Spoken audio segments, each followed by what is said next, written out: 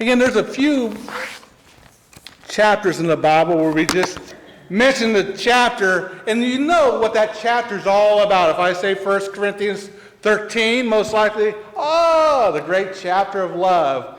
Well, in Hebrews chapter 11, we used to think, the great chapter of faith. It's almost like a Reader's Digest of the Old Testament. You read through that, you have a good idea of things that occurred and happened before Christ came. In more than, just about 5 minutes, you read through that, those 40 verses, and you have a good survey, a good understanding of what happened. Now you need to go back and dig a little bit more to find out exactly what happened in those different stories.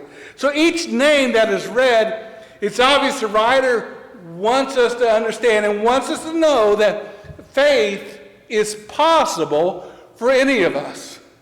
That the people that we read about and see here were people just like us. They weren't extraordinary. They didn't have any extra powers, but they had faith.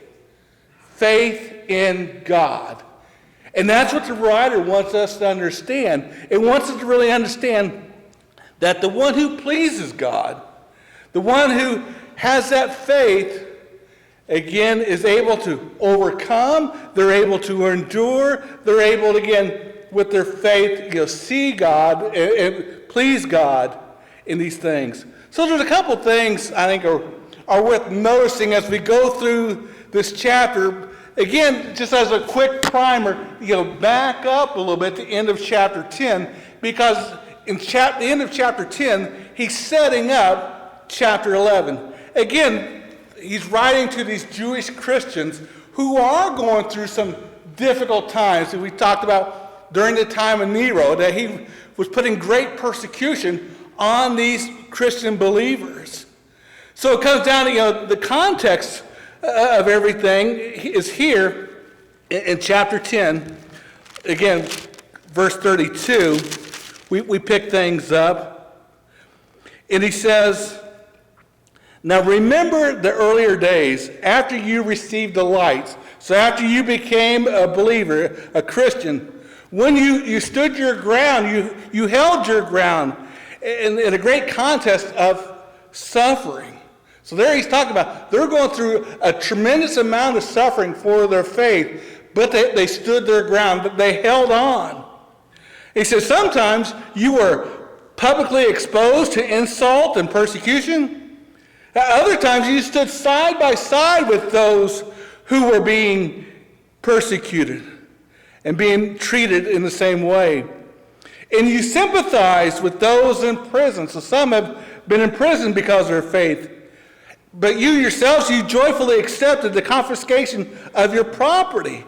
I don't know if I'd be too happy if someone came and took my house, my cars, and all my possessions.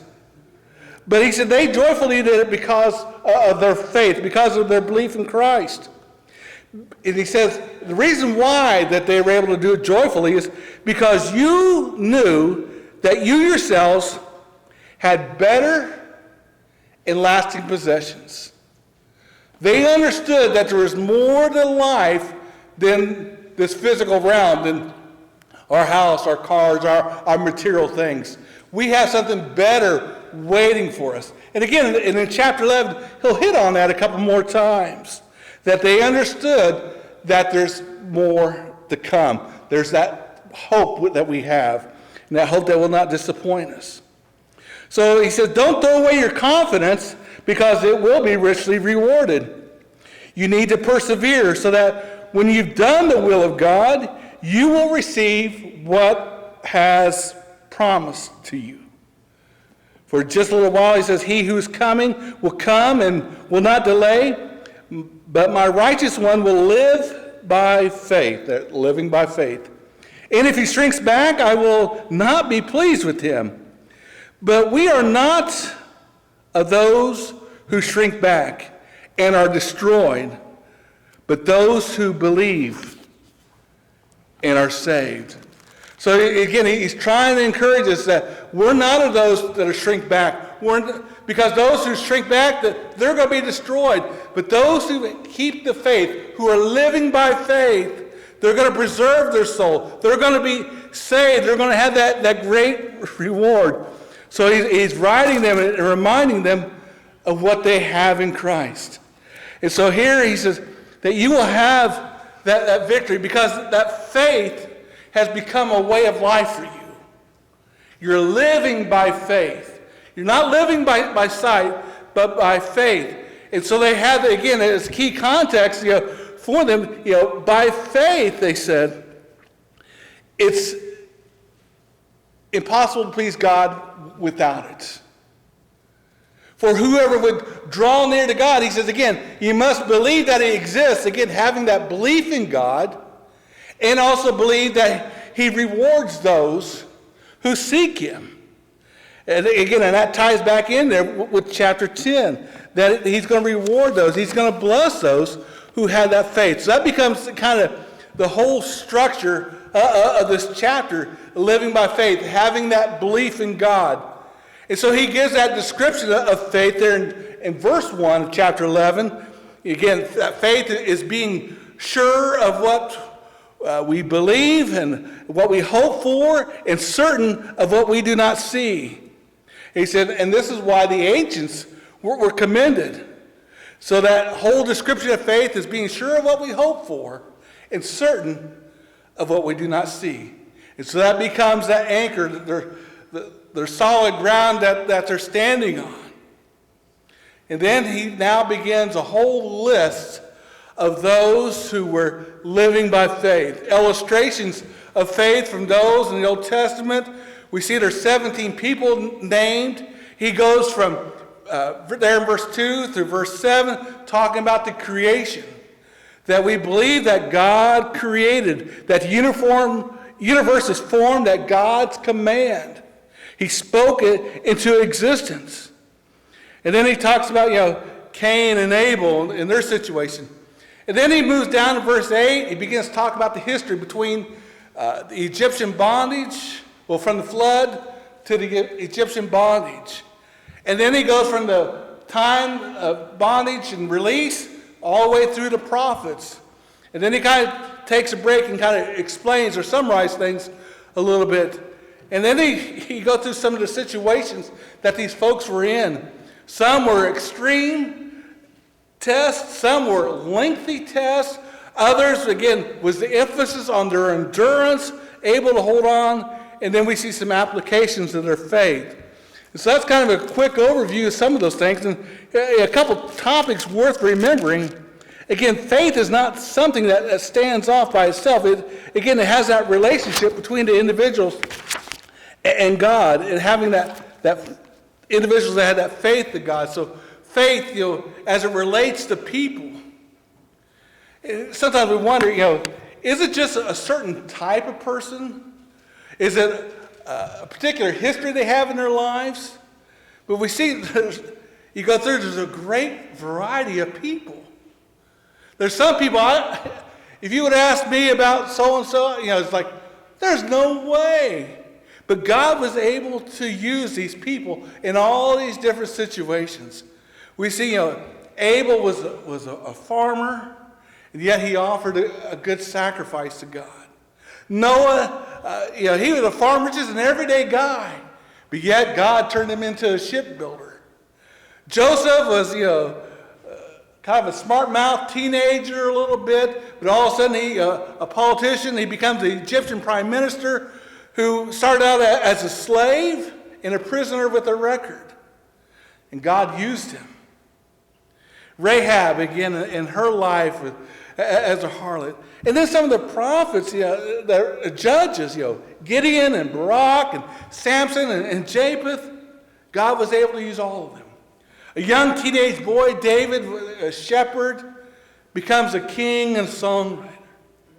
And so these are normal people with normal needs and backgrounds, but their lives were characterized by faith, by their trust in God, by having this enduring faith.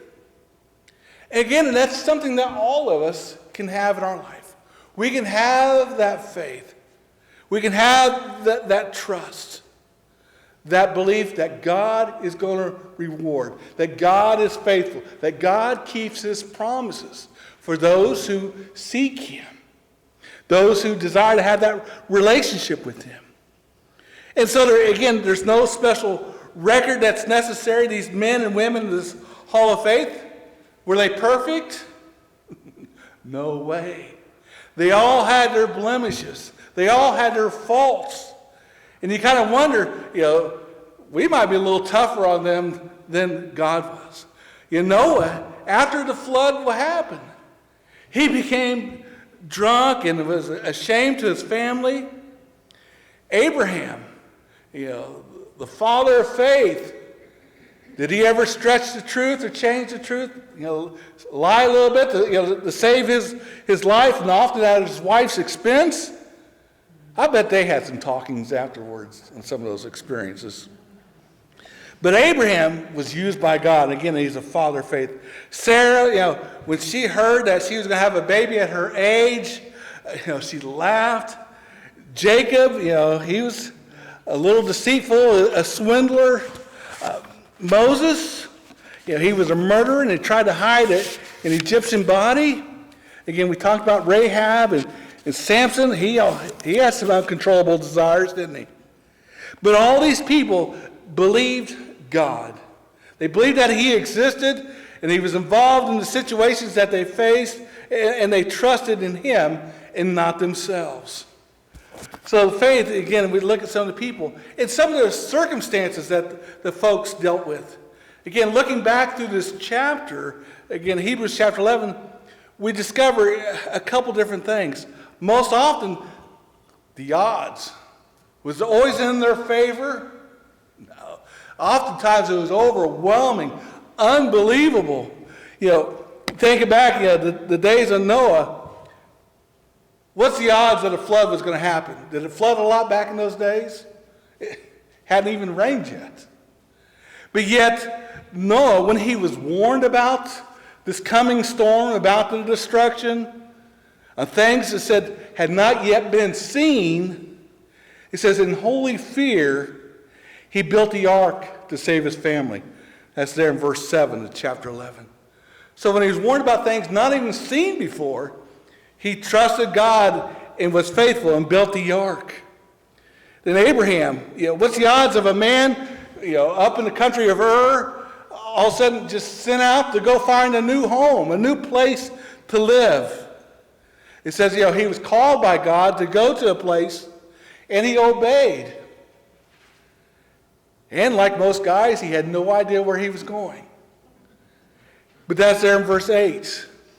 So God says, I want you to go. Where am I going to go, Lord? Just go. I'll take care of you. And he went.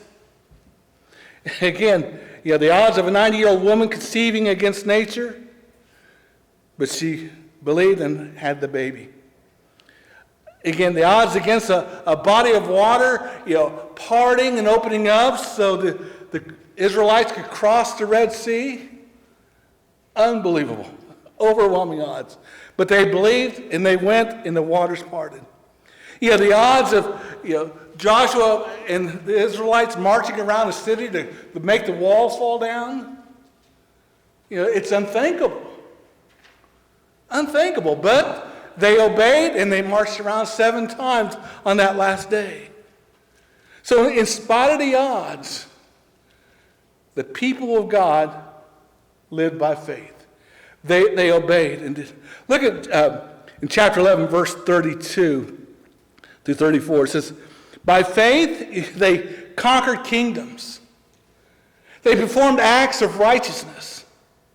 They obtained promises. They shut the mouths of lions.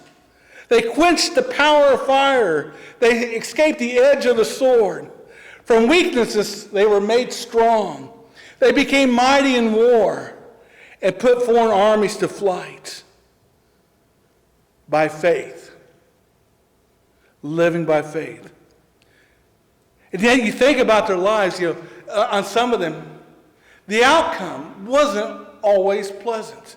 Everything wasn't always favorable.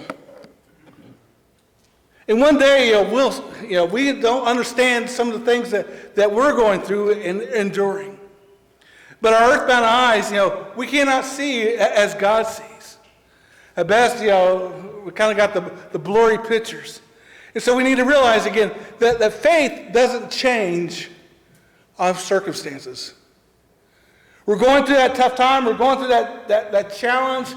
So, Lord, I have faith in you. That doesn't make everything change instantly. But what does change is us in our heart. Say, Lord, I don't understand this. I don't like it. I don't want to go through this. But I have faith in you. I trust in you. Lord, you're going to have to get me through this because I can't get through this on my own. And so, again, he's trying to encourage them and help them. Look at verse 35 of chapter 11 through verse 38.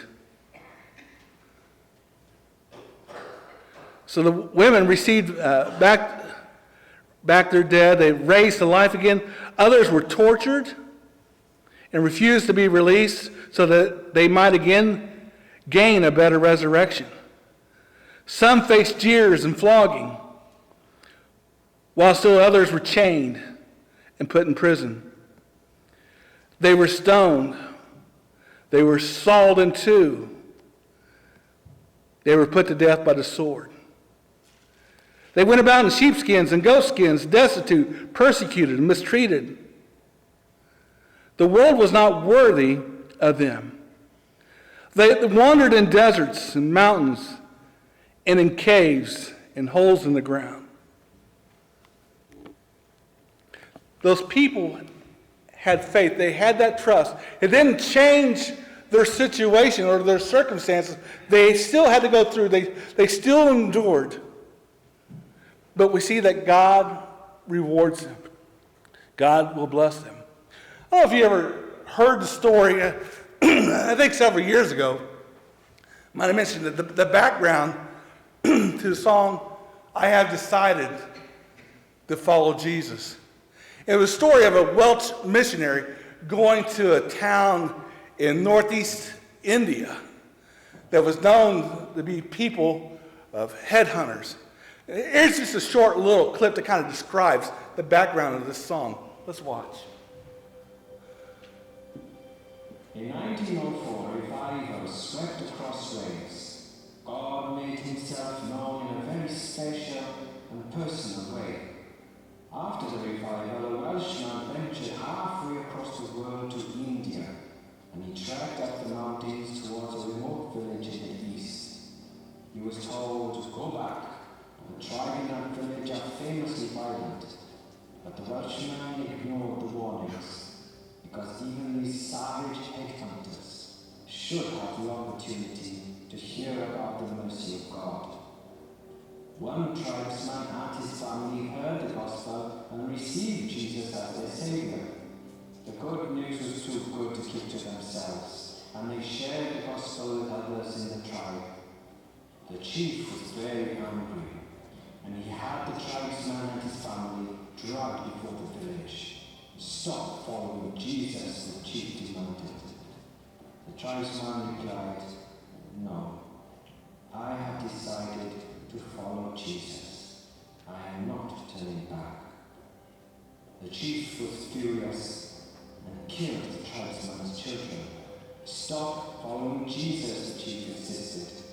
The tribesman replied, Though none go with me, I still will follow. No turning back. The chief showed no mercy, and he killed the tribesman's wife. Now you will stop following this Jesus, the chief said. The tribesman looked the chief in the eyes and replied, The cross before me, the world behind me. No turning back. The chief could not believe his ears, and he killed the tribesman. Jesus said, If a grain of wheat dies, it bears much fruit. That day, many of the villagers who witnessed the persecution of that tribesman and his family also decided to follow Jesus. Even the chief himself became a follower of Jesus Christ. words became the song of the village, and today it is sung all around the world. I have decided to follow Jesus.